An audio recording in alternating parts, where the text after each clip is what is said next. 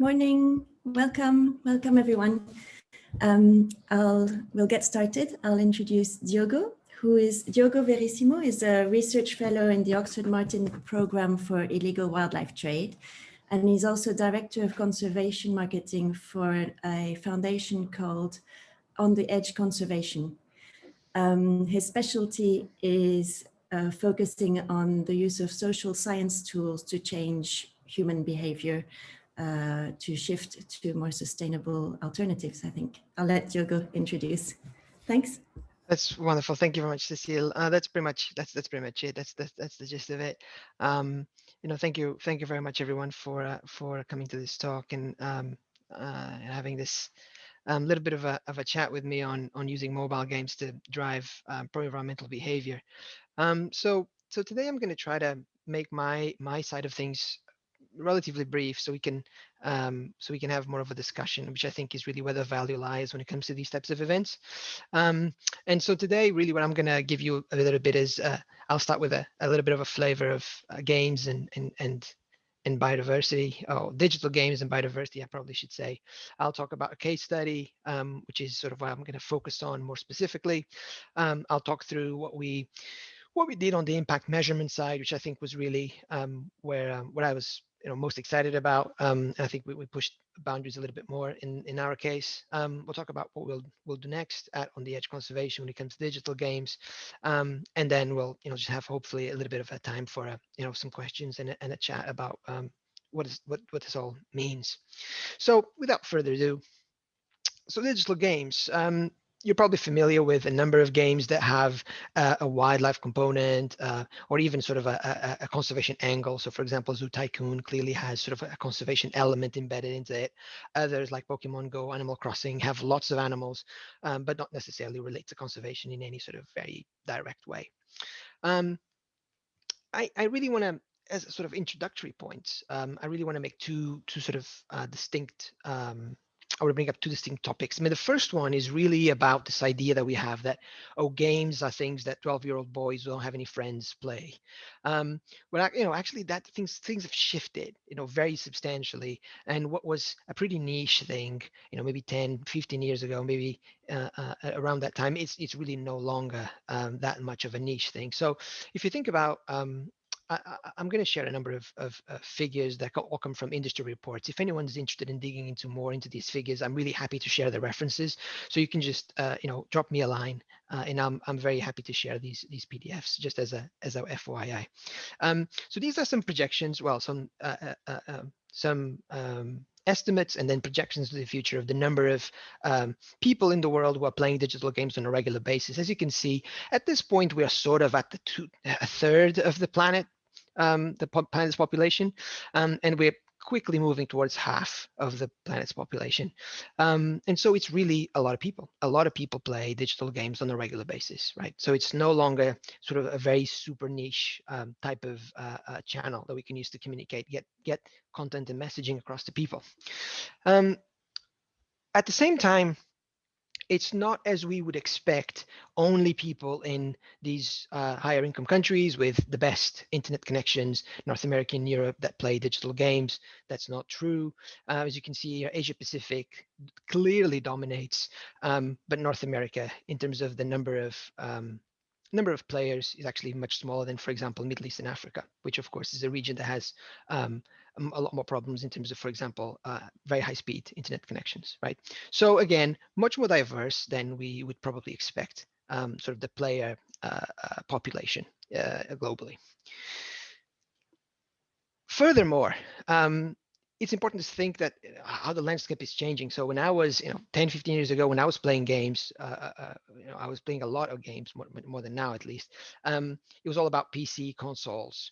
But at the moment, we're seeing, if you look at the smaller percentage numbers on year-on-year growth, you can see that it's all about smartphones currently, right? So box PC games, console games, sort of losing market share in favor of mobile games. So these digital mobile games on tablets and smartphones. So that's the landscape is also changing, and so it means, of course, the cost of entry if you think about 10 years ago, the cost of actual desktop PC as opposed to now the cost of a smartphone, of course, it's also much lower. And so that opens doors to a lot of people when it comes to sort of the gaming world. And that's also, I think, a perspective that's important to have. And then in terms of age, of course, now, of course, here in this case, a clear trend: younger people play more than older people. But even if you think about, if you think about people in their late 40s, in their 50s, we still have a reasonable proportion of people who play digital games regularly, right? So yes, there is a trend around age. Younger people play more than older people, broadly speaking. But even then, it's probably less marked than at least I personally, I was expecting it to be. And so we still have a lot of people across a number of age, brackets who engage regularly in sizable chunks with digital games. And I think that's really an important point to be made from the get-go. Now, the other point I want to make is that this issue, or this idea of biodiversity conservation through games or through digital games, even more specifically, is not new. For about 10 years, we've had this conversation. There've been even a number of events around games for conservation. But there's always been this sort of uneasy relationship between sort of the digital world and sort of the biodiversity conservation sort of sphere. And I think the reason for that is,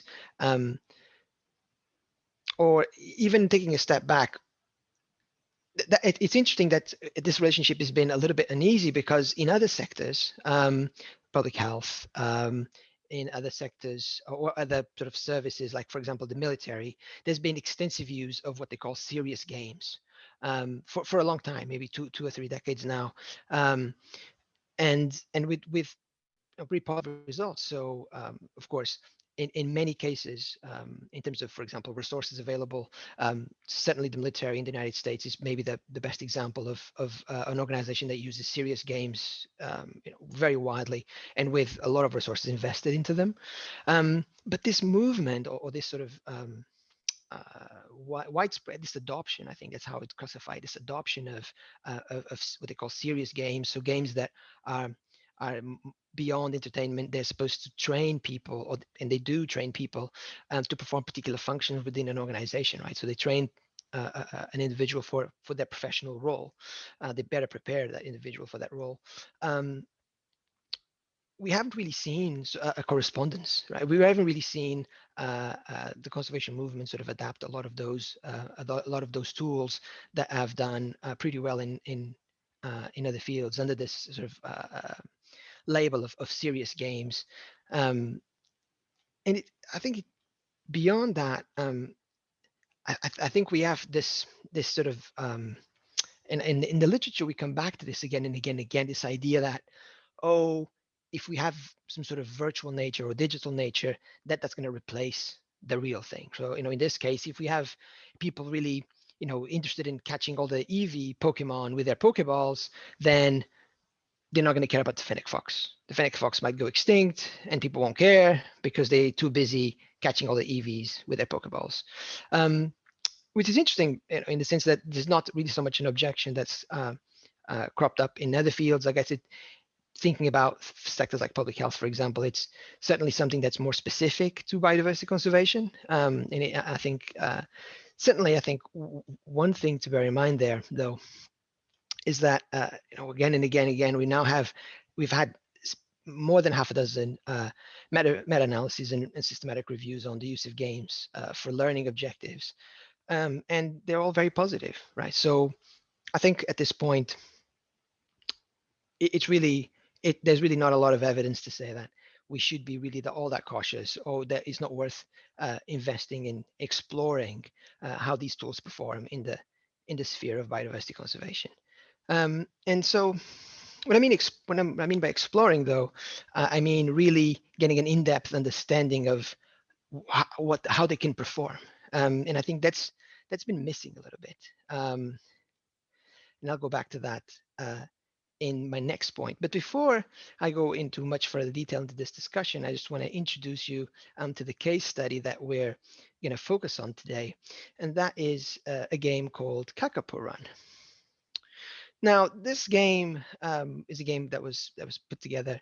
It was put together by On the Edge Conservation in association with PlayStack, which is a game publisher, and with game developer that has offices here and in Costa Rica. So it's a big team of different organizations coming together to produce this product. We were very keen from the beginning that it would be a free game. We were very keen from the beginning that it would have no advertising. So there's absolutely no sort of revenue generating mechanism into it. And this is because we felt that that would be one relatively easy way, not necessarily cheap, but but an easy way to captivate players that, of course, get bombarded with ads and attempts to sell them stuff pretty much across all the major games. And so here's what the game looks like.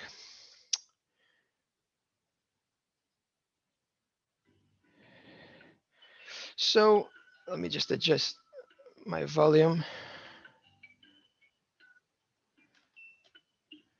So I'll just adjust the volume a little bit. It was higher on my end, at least.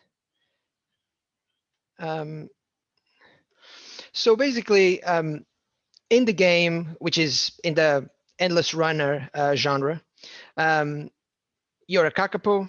You're trying to avoid a series of obstacles, as you can see here, right? So you can dodge, you can, try to evade them. Of course, you also have predators, right? In this case, invasive predators, predators like rats and stoats. You also have to collect remo seed, which of course are the favorite food of the kakapo, really sort of tied to kakapo ecology because they fruit at particular times of the year. And when the remo seed or the remo fruit when there's a good amount of it in that sort of times with the kakapo breeding, then that means there's much more success in breeding for kakapo that year. As you can see, this is the gameplay. That's in essence what it looks like. There's sort of three environments. There's as you can see here, each of this is forest. It's the first one. There's coastline, and then there's a city. And the levels, of course, the gameplay is relatively similar. You have to go through, and you have to fulfill, tick several objectives. Might be the number of feathers you collect. It might be evading a certain number of predators. It might be knocking out a certain number of predators, for example, as well. Very much in line with what we have here. I'll show you a little bit of what coastline looks like, so you can have a sense. So at the very interestingly enough, at the very beginning of the level, that sound that you hear is actually the Haast eagle, which is a now extinct eagle species that used to be the natural predator of the kakapo. Before, of course, stoats and rats and cats invaded New Zealand. So this is pretty much the mechanic of the game. In terms of messaging, there's a few critical points where we have messages around the conservation status of the kakapo or things about the kakapo ecology that are sort of unique. Actually, this is a good example of a pursuit. You can see the rats and stoats are coming, and you have to dodge them as you go around.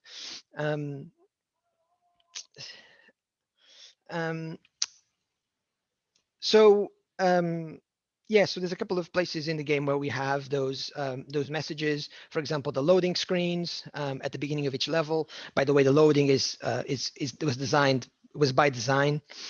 They last about 3 seconds, and they have messages about the conservation of the kakapo. We also have info points. So every 3 levels, there's an info point, usually, that has some snippet of information about kakapo conservation and ecology or behavior, something along those lines. And so in essence, this is pretty much what Kakapo Run looks like. Now, what I think is interesting about this game is not necessarily sort of the type of gameplay. A lot of you will be familiar with games like Temple Run or Subway Surfer that employ very similar type of gameplay. So we didn't invent this mechanic. We building on something that's already quite popular. Now, what we wanted to do with this was to go beyond just designing something that's nice, that's something that's fun. to go into understanding what this actually means for conservation more specifically. What does it actually do, right? We get people to play this, 10,000, 20,000, 100,000, 200,000, whatever that number might be. What happens? And this is something that looking at the literature on games and biodiversity, or games in the environment, sustainability more generally, it's really missing. So you'll go through, there's a number of articles that talk about games that have been released, that talk about the design of a game or how a game has been designed. There's quite a lot of that, but then it sort of all ends up being a little bit sort of cheerleady. Sort of goes, games are great, it's going to be an awesome tool, but they don't actually then say, okay, well, these are the outcomes. This is what we found. This is the change we've generated with this game. This is what we've achieved. And so it falls a bit short. And that's really what we wanted to up the game a little bit, do things a little bit differently, and this time really provide a more thorough understanding of what the impact was of this game. Does it make a difference? Does it make a difference at all? Or are people just having a good time? Which is a completely legitimate thing to do, but not what we wanted to achieve, right? Certainly not why we went through all this process, just to get people to have a good time. We wanted people to go a little bit beyond that.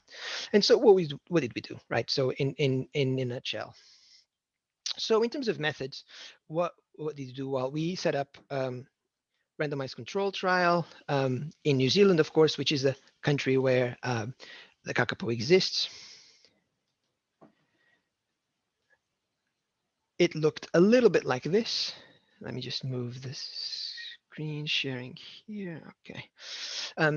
Right. So as you can expect from randomized control trial, there were two groups, a control and treatment. The treatment group played Kakapo Run. There were 100 people in the treatment, 100 people in the control. In the control, people played Subway Surfer, which is in essence the leading game of the same kind of this sort of endless runners, type game, right? As the same game mechanic. What did we do? We got people to fill a survey before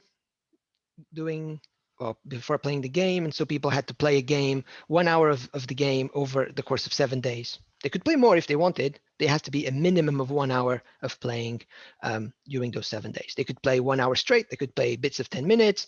They could do whatever they wanted.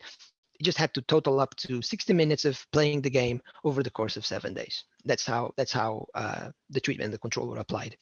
As you can see there was a first questionnaire, second questionnaire, and then a follow-up one on 6 weeks later, which I'll just give a little bit of a detail in just a second. In essence, we focused on very sort of traditional indicators following the theory of planned behavior. We focused on a range of behavioral intentions because, of course, it was difficult to measure actual behavior.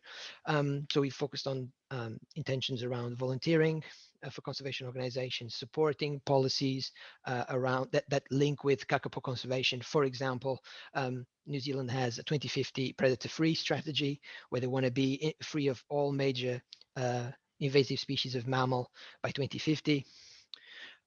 We looked at donating, of course, behavioral intention, but also we actually could capture some more specific donation behavior around information around donation behavior, because of course, in this case, we used the recruitment agency to get the participants, so people were actually getting paid. So people could tell us if they wanted to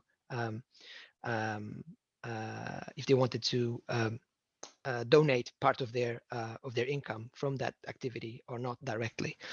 So we had this both these measurements around donations, which made it a little bit more interesting. I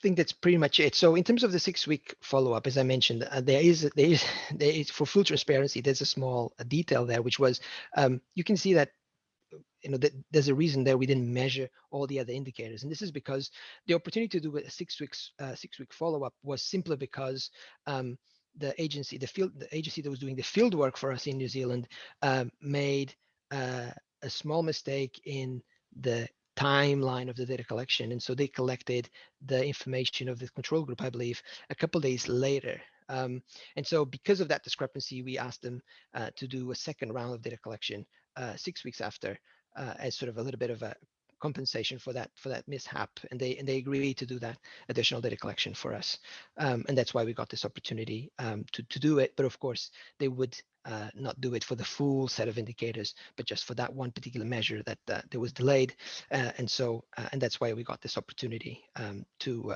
look into this. Um, so that's pretty much how the structure of it sort of went. In terms of results, what did we find? Well, so these are odds ratios, so like effect sizes where 1 is no effect. So if the confidence interval crosses 1, means we don't really have a lot of confidence that we had an effect. As you can see, pretty much as you would expect, things like knowledge doing pretty well, perceived behavioral control, so how much people believe that their actions make a difference, also having a positive impact, but not for attitudes or for social norms. This follows very much the pattern of other evaluations we've seen in other areas where knowledge is one of the indicators that most easily sort of moves with the process of playing a game. So, so far, very much along the lines of what we expected. We were actually a little bit disappointed we didn't get a little bit more than this in terms of attitudes, for example.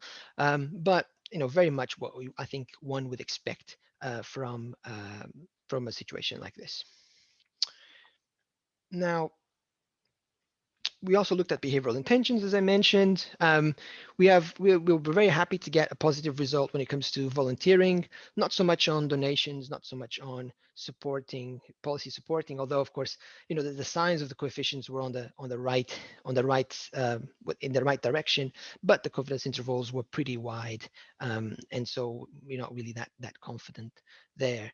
This could, of course, be for the fact that our sample was not that huge. 200 people is not a huge sample size, but of course we had constraints in terms of resources, in terms of all of that, and so that was really the best that we could do at the time. Interestingly, we had a sort of an interesting situation there, which was when we looked at donations, we had the first survey right immediately after the game, the people played the game.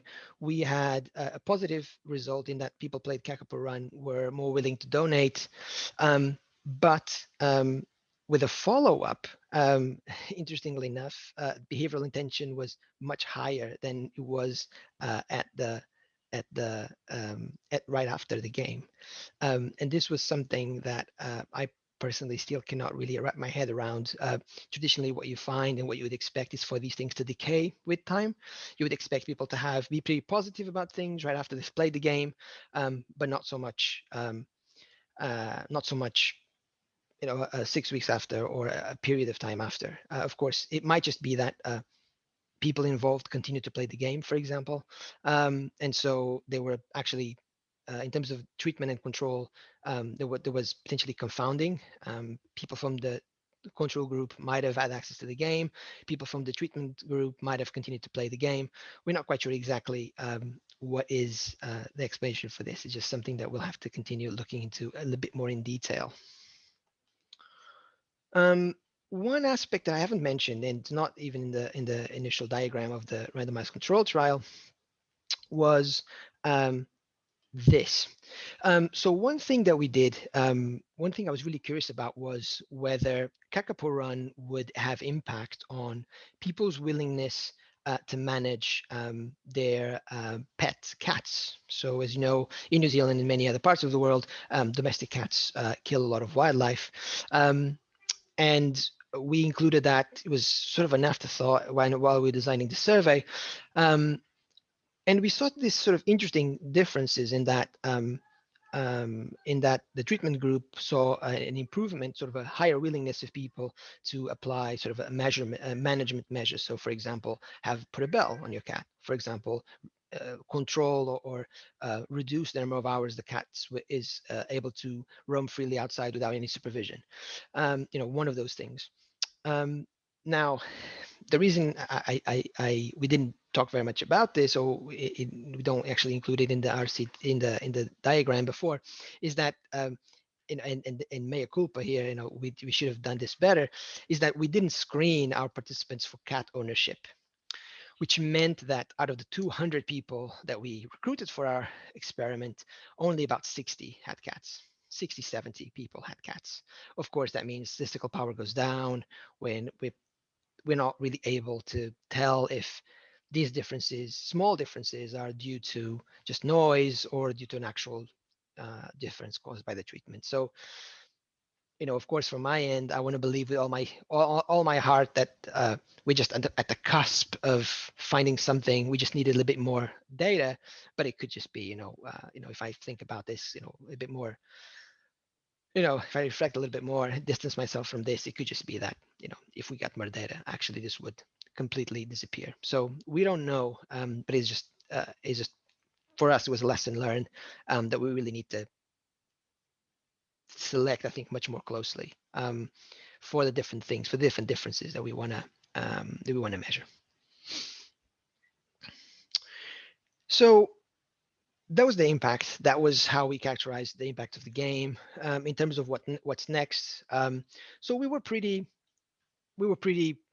happy with the way this went. The game is about 80,000 downloads at this point. We have about 70,000 active players. So interesting. We're actually in the process now of actually updating some features, generating some new features for the game. Hopefully, we can get either Apple or Google to feature it, which of course will give us more visibility, get it to more people. And of course, working, one thing I should have mentioned and I didn't, is that the Department of Conservation in New Zealand was a partner in designing of the game, and we're still working with them to get the word out about the game in New Zealand, which of course is our main goal, is to get more people, yes, more users broadly speaking, but in New Zealand, of course, is our key target audience. So what's next for us? Well, at On the Edge, we're now working on a second game, which will build on the lessons learned from this one. I can tell you that's going to be a different gameplay style. I can tell you it's going to be based on a species that is from a different continent, and it's from a different class than the Kakapo, so it'll be quite different overall. But still not allowed to say which species that is.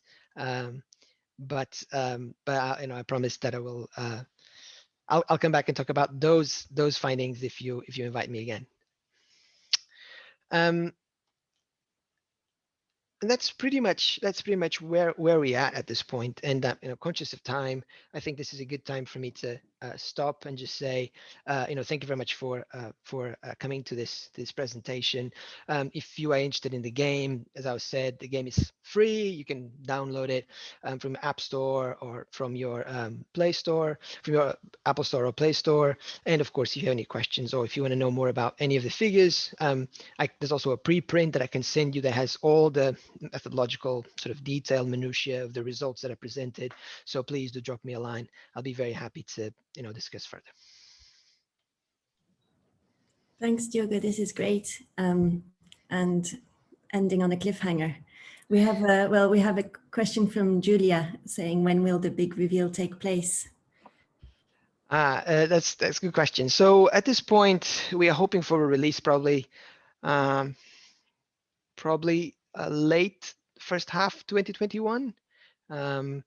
We may or may not time it with. We might delay things a little bit and to time it with the World Conservation Congress, for example. That would be a good place for us to launch the second game, but it will depend a little bit on whether it's going to be postponed again or not.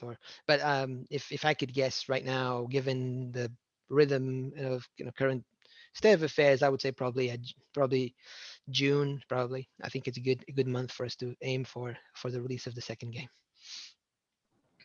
Thanks. I'll encourage you to ask questions. Just put your camera on and ask questions. Absolutely. Let me see. Hi, Diogo. Hey. Hi.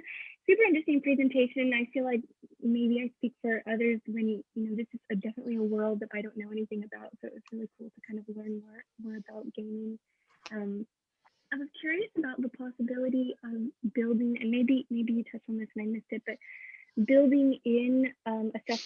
the game. So if getting answers right could actually further people along in the game, and that way you could create evaluation, so to speak, even when you're not doing RCTs. Yeah. No, that's a very good question. Thank you. So we definitely thought about that. The big challenge of that sort of data, and so we actually have another evaluation that we're currently finalizing of another game, a game called Wildverse, where we did use some data that was collected in game. I think the problem with that is because it's only the self-selected sample of people who decide to play that game, we then it's limited the inferences that we can make from that information, but it's certainly helpful, right? It's certainly helpful because the other thing that we shouldn't forget is we can track a specific user, right? So we don't have to use aggregated data necessarily. We can pick a particular user and see how that user does across the multiple levels or the time that person spends playing the game. So there could be potentially some, I think some pretty good, some interesting insights. And in fact, I'll just add that one of the features we're adding to this next, to the next update of Kakapo Run is actually a thing where if you lose, if you bump into something and you in essence die, you get a question. If you answer that question right, you actually get an extra life you can continue the level instead of having to go back to the beginning. So we hopefully maybe that will give us some insights. So I think there's definitely a room for data collected in game that I don't think it will be able to replace completely these sort of external evaluations. I think that's sort of my take. I see there's some things in the chat which I just I'll ask the questions then. Cool. Herdano is asking how much would it cost to develop the game? And then what will happen with the Kakapo Run in the future? I thought it would be added edge species from the other location of the globe, since it starts with the globe, then zoom into New Zealand. Yeah, exactly. So that's a very good question. So the first one, I want to be as honest as I can, but at the same time, as you can imagine, there's sort of sensitivities around, costings and, investment. I guess I will just say that it was a very substantial investment. So I guess, walking that red line, I'm gonna say that it's not something that you can do with, say, 5, 10, 15, 20,000 pounds. It required substantially more than that. And of course that is an obstacle, right? Because if you want to be competitive with commercial games, which is where we want to be, we don't want to be the best of the games that are played by people who like conservation, right? We want to be a game that's played by people who couldn't care less about Kakapo, right? That's really what we're aiming for. Because otherwise we lose this ability of games to get into the lives of people who would never watch a documentary, for example, right? Which is really where we want to go. So we recognize it's a substantial investment, and is not something that, for example, one could fundraise easily for. I think that's important to be also honest when it comes to that.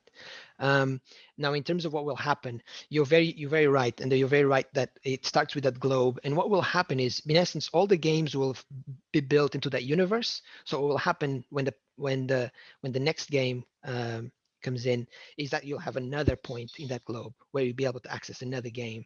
And when the next game after that comes, so all those games will be, it will be like the globe will be like a menu in essence, where people can access the different games and go back and forth. Yeah. Thanks, Diogo. And we'll have a question from Amy also that says, if you could do the impact evaluation again in hindsight, what would you change? I guess you're there at the moment. That's what you're doing. Yeah. No, exactly. Thanks, Amy. So what would I change? I would have selected people that own cats, so that we have more power to distinguish if we get anywhere or not. Because I feel like if I think it would have been pretty meaningful if we had managed to get some changes. I would have, so to be completely, one detail I didn't go very much into is that, so the way we designed our sampling was that our sampling was made for each group, for each of the treatment and the control group, was made half of our sample were people that like to play games, mobile digital games, and half of our sample were people who interested in nature, for both control and treatment. And the reason we did that was because we felt that those two groups of people are those that are most likely to engage with a game like this. If you're playing Kakapo Run, you probably either like games or you like kakapos. And so we felt that that was a relatively reasonable, realistic way of representing this, the audience of the game, in essence. If I was starting again, I think I might be inclined to have a sample that was only gamers, to see how the game does once we forget all about people's interest in nature, right? In a more sort of neutral sort of gamers audience, right?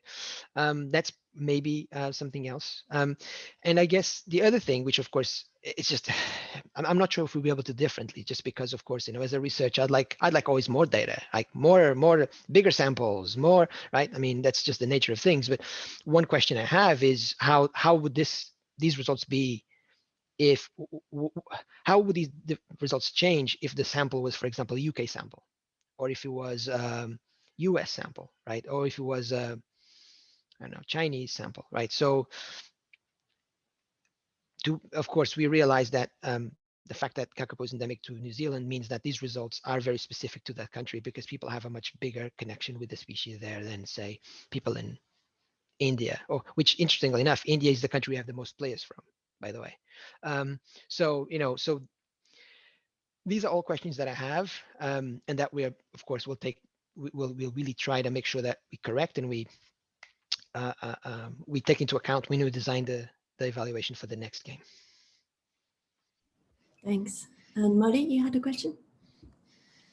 Yeah, thanks for the presentation, Diogo. I have played the game and it's super fun. So Nice. The science behind how you're evaluating it. And I had a question about, obviously a lot of funds and effort have been poured into developing this game. So how do you balance, I guess, the pressure, like the organizational pressure that you really want this to succeed and have an impact versus, critically evaluating the success of the intervention? Yeah, I mean, that's a very good question. I'll be honest, I don't really have an answer for that, other than every time we do this, we have a little bit of a, it's a little bit like, it's like a test, right? In essence, right? When you go and do your test, you sort of have this thing in your stomach and you're like, and the pressure, and you're anxious to know what your grade is going to be. It's a little bit like that, but higher stakes, pretty much. Every time we do something like this, we're like, oh my God, what if we get nothing, right? What if we come out, no difference anywhere? Yeah, I mean, I've not quite figured out how to deal with that quite yet. I mean, the way that I try to do it, for example, is I try to always have a third party person that's not been involved in the game analyze the data. So in this case, for example, and thank you for that question, also helps me. I want to acknowledge Matilda Dunn, who's done a lot of work on the data analysis for this, and the way that I think that really helps distance things. But of course, it's not a sort of a bulletproof thing. And of course, in this case, for example, all the recruitment and the field work was done by an external entity as well, which again, to try to distance things as much as we can. I think beyond that, we just have a strong commitment to publishing whatever comes out. I think makes us honest, right? So, I mean, that's it's not an answer to your question really, but it's really it's the furthest I know, the best I got, I think. I could totally understand that. Thanks. Thanks. We'll take questions from Tim, then Phoebe and Henry. Hey, Diogo. Hey, Tim. I liked your point. I was going to ask about the recruitment strategy and whether you did kind of filter by whether people had played games. My first reaction is that you might, and I guess you've probably thought this already, that you would have possibly observed a more positive effect if you had just used gamers, for example, because those who are interested in conservation might already have a certain level of knowledge or a certain predisposition to positive attitudes. So I'm guessing maybe the effect sizes would have been even bigger. That's, yeah, I'd just be interested if you think that's the case. And then secondly, I noticed the odds ratios, like for attitudes, were quite high in a kind of absolute sense. Was like 50% or like 1.5 for attitudes or something like that. Yeah.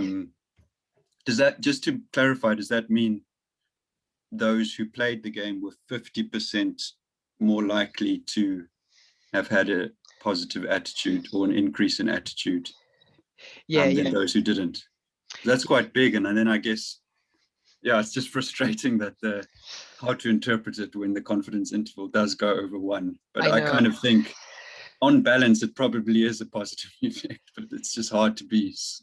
Yeah. What are your thoughts on that? Yeah. Thank you for that question. So, in order. So in terms of the sampling, I think this actually relates to Molly's question a little bit, right? So we designed the sample with, trying to balance our odds of getting because, we recognize fully that the way you build a sample has impacts on the likelihood of you getting a positive result, right? Of course, also has impacts on how easy to extrapolate your results, are. But we try to sort of have a balance. We try to go sort of have some gamers, some people that interest in nature, to try to balance things out and not go fully one way or another. I guess that's sort of how we try to plan this, because we also, I'm very cognizant of the fact that we are evaluating our own work, right? Which, it's impossible not to have some level of bias, right? I think the best we can do is be aware of it and try to manage it the best we can, right? And so this was very much a case of us, instead of going all one way or another, we try to have sort of, navigate that line and have half of both, and try to not seem like we were trying to push it one way or another, but at the same time also make it such that we're not setting ourselves up to fail, right? To be completely honest, right? If you, in a situation like, think about an organization like us, right? We've just invested money on this project. We don't want to put ourselves the highest possible, mountain to scale, because the probability of that mountain being scaled is relatively small, right? Because it's the highest mountain. So we want to be rigorous, and we want to have research that is insightful, but at the same time, we want to give ourselves a reasonable chance of achieving the targets that we're setting. So I think that's where we sort of at. In terms of your second question, yeah, you're absolutely right. The results actually, I know the odds ratios all look pretty good, but then we have these really big confidence intervals, which again, I think we did do a power analysis, and it's supposed to be, reasonable, and this is all in the preprint, which I can share.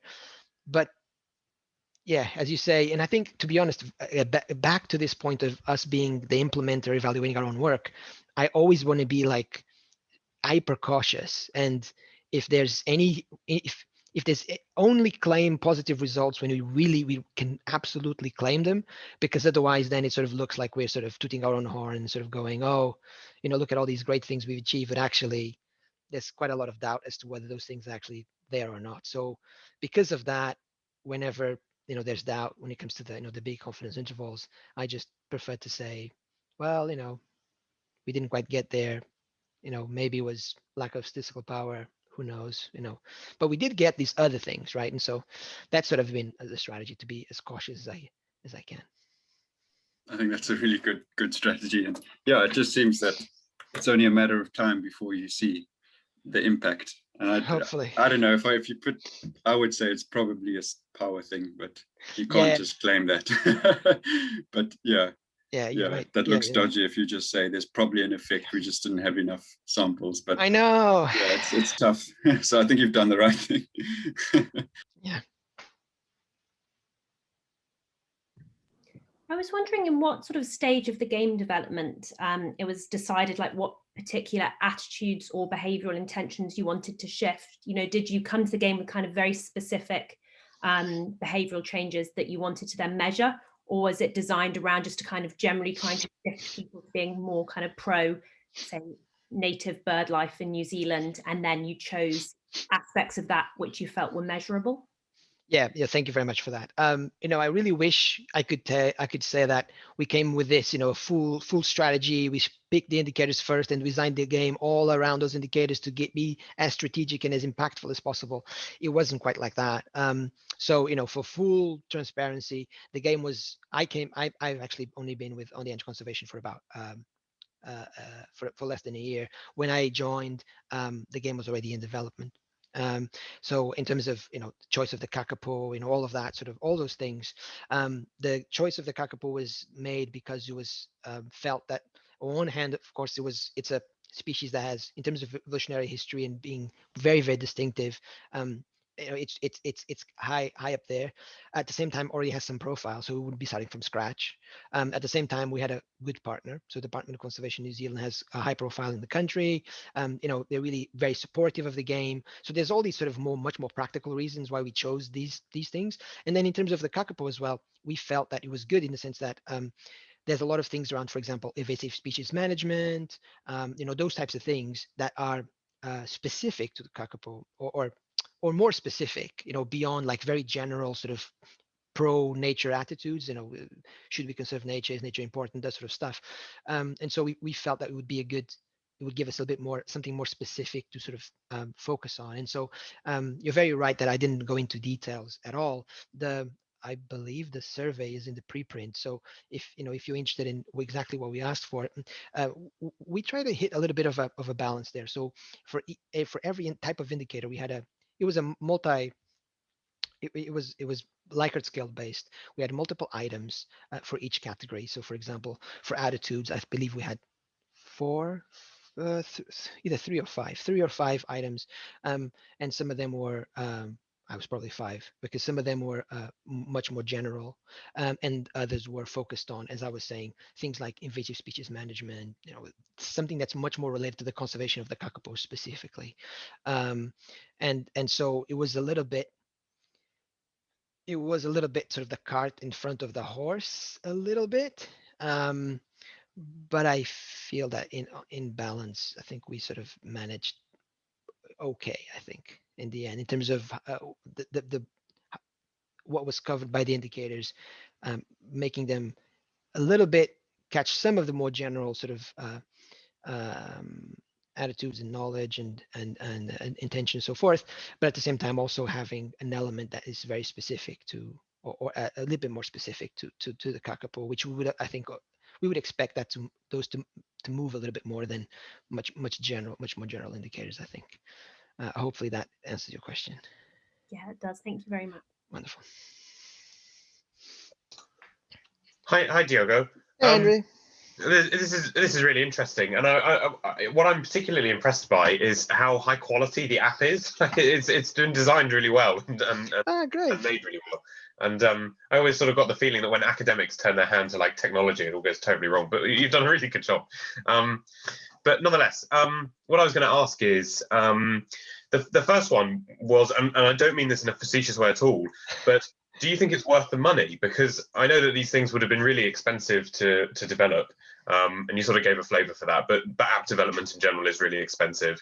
And if you can sort of recoup that money through donations that people then give, and then I suppose you can sort of justify it. But if it's, I think you said it was, did you say it was the New Zealand sort of government conservation puts, well, you don't need to disclose the financial arrangements, but if it's a toss-up between funding an app and funding a direct conservation project, do you think that trade-off weighs up?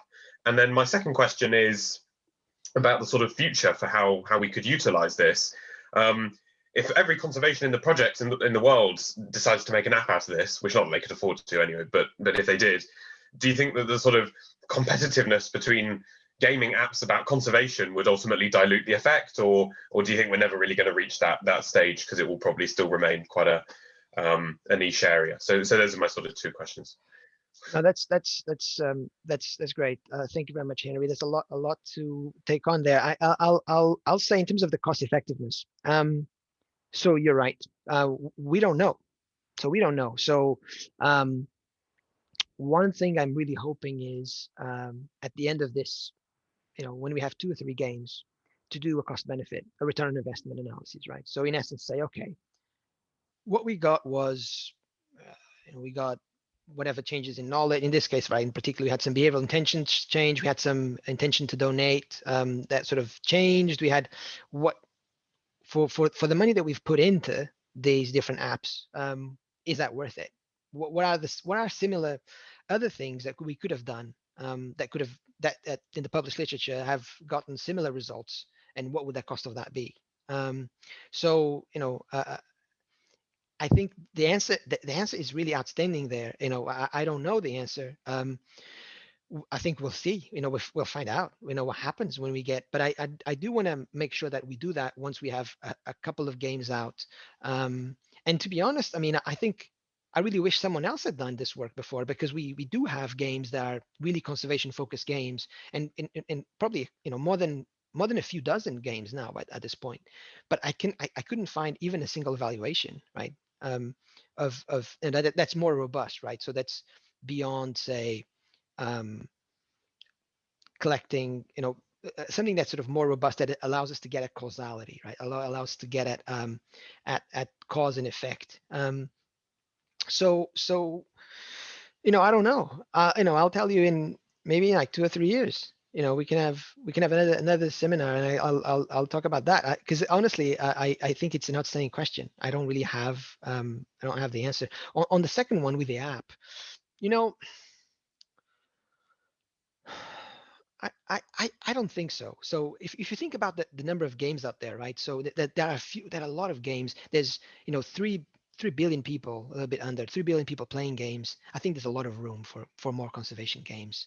But I think the key thing, and this is a little bit the conundrum, right? Because I just told you that I don't know if they're worth it, the cost benefit is worth it. But but now I'm going to tell you that if we want to be competitive, we need to invest, right?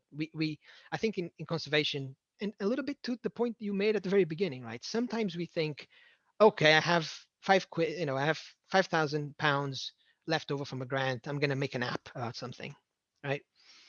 And I don't think that's quite the spirit, right? The reality is we need to pool resources. We need to come together to make something that's really, really high quality, that can appeal to people who wouldn't naturally engage with this type of content, right? There's really no point doing a game like this to get 10,000 people who all watched all the Attenborough documentaries, who are all members of their, you know, wildlife trust, to then play Kakapo Run, right? That's really not what we're hoping to achieve with this. What we're hoping to achieve with this is to build something that's so entertaining and so, you know, such a standard that even if you couldn't care less about wildlife, you still want to have an interest in playing.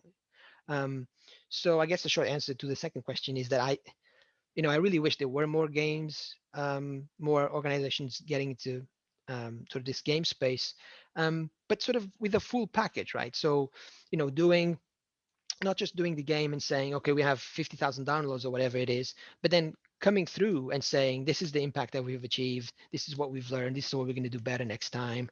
So we can all learn, right? I think there's a lot missing when it comes to that side of things, that sort of impact assessment. Yeah, thank you for Diogo. That makes a lot of sense. Yeah, thank you. That's great.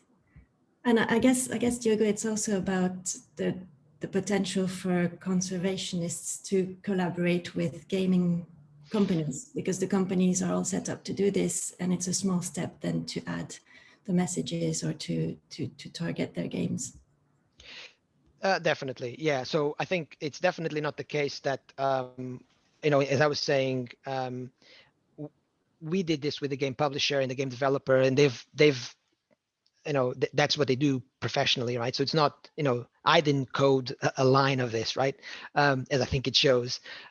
So yeah, so it's definitely a matter of, and I think there have been some instances. I believe Animal Crossing was the latest one. There have been some instances of that, but again, you know, I think I think my sort of hesitation with those types of partnerships is always that you always see the press release when the partnership is launched and say, oh, organization X is going to work with Y to get this messaging or to do this or that, but you never see what happens, right? You never see, okay, so, you know, we've done this, and so what happened? So, you know, what was achieved by this? Which then sort of makes me a little bit cynical about, like, what is it that exactly the goal? Is it to give both organizations a little bit more airtime? Is it to get more donations in? Is it is the goal to help the organizations, or is the goal to actually achieve some some change in some shape or form? So I really wish that we had more more results, more things to show for all these different partnerships that that do happen already. Thanks. I think Tim's saying he thinks your efforts will be an encouragement and example to other conservationists on the importance of measuring impact and how to go about this. Thank you. Thank you very much, Tim. I really do appreciate it. I also just put the preprint link on the chat. If anyone's interested, you can have a look there. What I'm really also hoping, to be honest, is that, because of course this evaluation is not sort of the super rosy, everything worked, the game was everything was perfect, and I'm really hoping that by showing people that, look, yeah, some stuff we got a bit of change, and other stuff we really didn't get anything, it would sort of make people more comfortable to come up and say, oh, actually, we didn't actually, this didn't work out exactly as we hoped. Or because I feel that is really, very much the questions you're asking they're really important questions, but they're also super scary questions. Like, is it value for money, right? It does make me anxious, right? To know, is it really worth it? And I think because of that, then that sort of sometimes people get a little bit antsy and end up not disclosing sort of the full breadth of information that they do have about these things. Yeah, but we need to ask the questions to get the answers. Yeah. Thanks so much for sharing this super inspiring, interesting, fun project. And I think I will close here, but please contact Diogo if you have more questions. Of course. And we'll invite you again for another seminar to keep the next one, right? Thank you. I really appreciate it. Thank you for having me. I really appreciate it. Thanks. It's been great. Thank you very much. Bye-bye. Bye. Bye, everyone. Thank you. Cheers. Bye-bye.